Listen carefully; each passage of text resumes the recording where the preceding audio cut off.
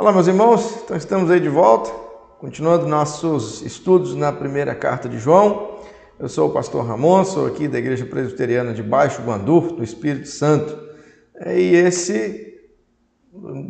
estou me perdido nas contas, se é o 8º ou 9º vídeo que nós estamos gravando aí para percorrer a primeira carta de João.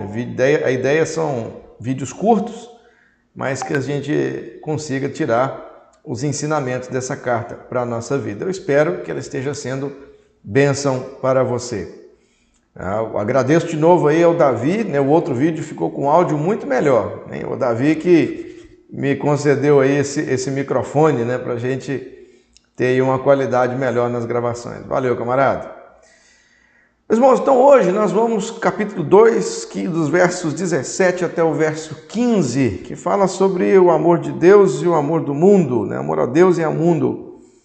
Verso 15, capítulo 2. Não ameis o mundo nem as coisas que há no mundo. Se alguém amar o mundo, o amor do Pai não está nele. Porque tudo que há no mundo, a concupiscência da carne, a concupiscência dos olhos e a soberba da vida, não procede do Pai, mas procede do mundo. Ora, o mundo passa, bem como a sua concupiscência. Aquele, porém, que faz a vontade de Deus, permanece eternamente.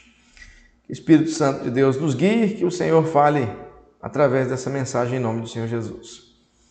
Bom, então, anteriormente, nós vimos que as bênçãos de Deus, elas devem levantar o nosso ânimo, embora às vezes os testes sejam realmente duros, quando somos testados pela Escritura e encontramos as nossas falhas, isso realmente é duro, mas ele não deve nos levar ao desânimo, ao contrário, ele precisa nos animar, entender que nós temos vencido o maligno enquanto permanecemos na palavra, mas infelizmente a Escritura ela nos mostra que não somos perfeitos e realmente não somos o centro, mas Deus é o centro e nós somos falhos.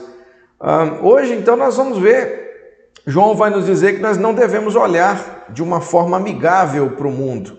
Uma vez que nós corremos o risco de cair, a Bíblia nos chama a não sermos amigos do mundo, mas e sermos em Deus. A ideia aqui é que os cristãos, eles são chamados por um propósito. Eles estão unidos num propósito, que é qual? Amar a Deus e não o mundo. Vencer o mundo amando a Deus. Então, algumas notas nesses versos. Olha como é que ele começa no verso 15, dizendo assim: não ameis o mundo, nem as coisas que há no mundo. Então, veja que João ele vai nos chamar a mais um teste moral, a viver de forma santa. O mundo aqui é uma metáfora para a humanidade caída, os seus padrões, os seus valores, que são contrários a Deus. João usa, leia depois João 1, no verso 10, o Evangelho de João, capítulo 1, verso 10, também o capítulo 17, dos versos 14 e 18, porque, e perceba assim, o mundo são os seus padrões e valores. Aqui mesmo na carta de João, nós vamos ver algumas características do mundo. João vai me dizer quais são essas características. Por exemplo, capítulo 3, no verso 1, ele vai nos dizer que o mundo não conhece a Deus. Ainda no capítulo 3, verso 13, ele vai dizer que o mundo odeia os que são de Deus. No capítulo 4, verso 4, no capítulo 5, verso 19, também, se não me engano, ele vai dizer que o mundo é dominado pelo diabo.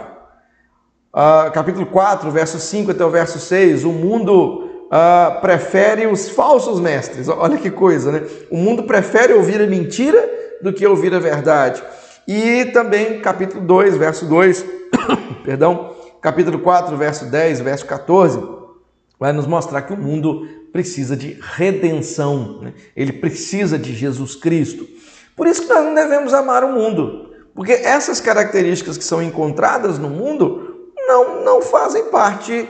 Não é o que nós devemos ser, não são as características que devem ser achadas naqueles que creem em Jesus Cristo e na redenção em Jesus Cristo.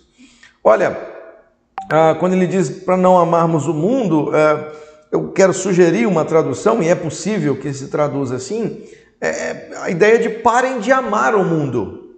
O O texto no grego nos permite isso, mas se esta tradução se confirma, e ela é possível, parece que já tinha alguém na igreja, já tinha alguns irmãos sendo levados para o mundo. Mas isso não contraria o que nós vimos no último estudo? Porque no último estudo, João elogia e diz que crê que os irmãos são crentes. Então, se esses irmãos são crentes, mas estão sendo atraídos pelo mundo, isso aí não é uma contradição? Não, meus irmãos. Por que João chama a atenção? Diz que eles são crentes, mas chama a atenção mesmo assim. Porque até os mais crentes precisam de um puxão de orelha de vez em quando, não é verdade? Eu sei, você que está me ouvindo, que é crente, você sabe que de vez em quando a gente precisa ter um puxãozinho de orelha, né? Os pastores precisam de um puxãozinho de orelha de vez em quando. Então, o fato dele chamar os crentes a pararem de amar o mundo, né? Essa ideia de que, olha, cuidado, vocês estão indo para esse lado, voltem para cá, né? Não amem o mundo, parem de amar o mundo. É lógico que parar de amar o mundo não quer dizer para não ter compaixão do mundo. Capítulo 3, verso 16, vai nos dizer isso. Nós precisamos, de fato, amar o mundo significa que eu não concordo com ele. Mas eu sei que o mundo precisa de redenção. Eu preciso apresentar Jesus. Eu preciso fazer missões. Eu preciso falar de Jesus. Eu preciso evangelizar. Eu preciso dizer ao mundo, gritar ao mundo que ele precisa de Cristo. Então eu preciso ter compaixão com o perdido. Mas eu não posso amar as coisas do mundo. Eu não posso...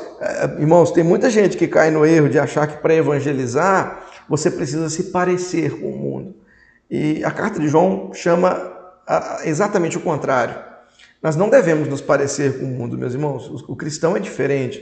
Ele deve ter compaixão, mas ele nunca deve aceitar esse sistema de valores do mundo, né? Nós não somos esses que amam ao mundo. E João dá razões para isso. Eu amo a Escritura nesses pontos, meus irmãos, que ela sempre nos chama a fazer algo e ela, por várias vezes, nos dá a razão de por que sermos assim. E aqui você tem 4 razões de por que não amar o mundo, né? A primeira está na continuação do verso 15. Se alguém amar o mundo, o amor do Pai não está nele.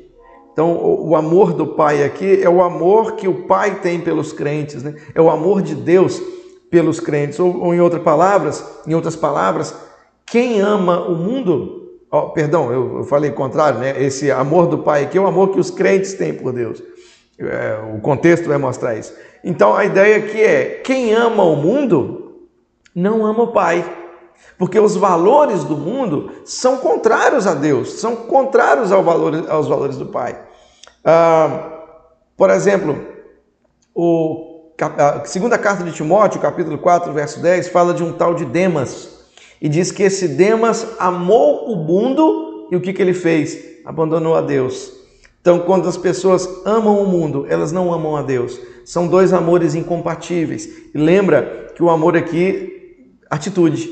Então, aqueles que agem como os mundanos, né, que aceitam os sistemas de valores, as coisas, a vida como é vivida pelos aqueles que não amam a Deus, né, ele também, então, consequentemente, não ama a Deus. Então, veja que esse é mais um teste moral. Como que eu vou conhecer um cristão verdadeiro? Eu conheço um cristão verdadeiro quando eu olho e vejo que ele não ama o mundo. Ele ama as coisas de Deus. Ele não ama o mundo. Essa é a primeira razão. Por que não amar o mundo? Porque quem ama o mundo não ama a Deus. A segunda razão está no verso 16.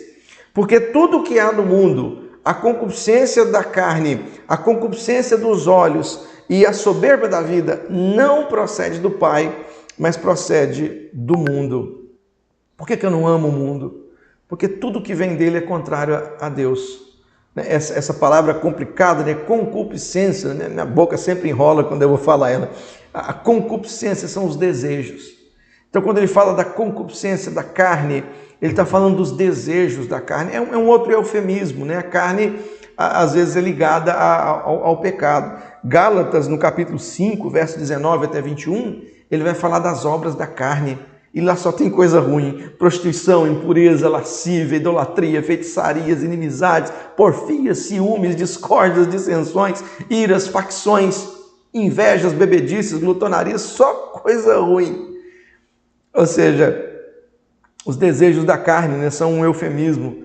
para a vazão do pecado, para cometer o pecado. Ele fala da concupiscência dos olhos, né, o desejo dos olhos, aquilo que é desejar aquilo que é proibido. Essa que é a ideia da concupiscência dos olhos. Eva, ela olhou para aquele fruto que era proibido e ela desejou. Ela desejou aquilo que os seus olhos, ela viu que era um fruto agradável, e aí ela foi lá, tomou, comeu e deu ao seu marido, e a história os irmãos sabem. Davi viu Batseba e a desejou. Então, quando ele fala da concupiscência dos olhos, é olhar para aquilo que é proibido e desejar. Ele fala da soberba da vida. O que é a soberba da vida? É confiar nos bens. Então, por que eu não amo o mundo? Porque no mundo só tem coisa errada. Porque o mundo, como esse sistema de valores, ele só quer dar vazão aos desejos malignos da carne, ao pecado. Ele só nos ensina a cobiçar aquilo que é proibido e ele nos chama a confiar nos bens, em nós mesmos. E por isso eu não posso amar o mundo. Mas ele ainda dá uma terceira razão para não amar o mundo. Verso 17, ora, o mundo passa, bem como a sua concupiscência. Olha que contraste, né? O mundo é efêmero, o mundo passa, mas Deus é infinito. João já disse que as trevas estão se dissipando, né? Nessa ideia de que o mundo está passando. O dia do fim, embora nós não podemos marcar o dia do fim, e Apocalipse ele nos mostra que algumas coisas ainda hão de acontecer antes do fim. Eu espero no Facebook da nossa igreja, aqui no YouTube você tem o início de uma série em Apocalipse que nós pregamos aos domingos, que infelizmente o equipamento de som não conseguiu gravar. Eu espero ter uma oportunidade também de continuar ali e colocar no YouTube toda a exposição de Apocalipse. Mas o mundo está passando. E aqui no verso 17, quando diz, ora, o mundo passa, talvez uma tradução melhor seja o mundo está passando. Isso captaria melhor a ideia da qualidade do verbo no grego, nessa ideia de continuidade. O mundo está passando, ou seja, seu fim está chegando, não vale a pena apostar no mundo. Por que eu não devo amar o mundo? Porque ele está passando. Se eu colocar todo o meu desejo, a minha força e as minhas vontades no mundo, eu estou apostando em algo que tem data para terminar. Então eu não devo amar o mundo, não devo apostar nele, porque o mundo é efêmero, mas Deus, ele é eterno. Quarta razão, terminando o verso 17, aquele porém que faz a vontade de Deus permanece eternamente. Está vendo? O mundo é efêmero, Deus é eterno. O mundo acaba, o crente vive eternamente. É lógico que ambos viverão. Os que estão no mundo também vivem. Todo ser humano viverá eternamente. O problema é que só os crentes viverão eternamente em paz. É só os crentes que depois da morte encontrarão o seu Senhor, aquele que foi crucificado para pagar o seu pecado. Então por que eu não devo amar o mundo? Porque eu tenho uma promessa maravilhosa de que a obediência vale a pena. Vale a pena servir a Cristo. Vale a pena ser um servo de Deus. Porque o que me aguarda no fim é a paz eterna, é a bem-aventurança eterna. Olha, você ainda não foi para Cristo? Essa é a promessa que tem aqueles que estão em Jesus.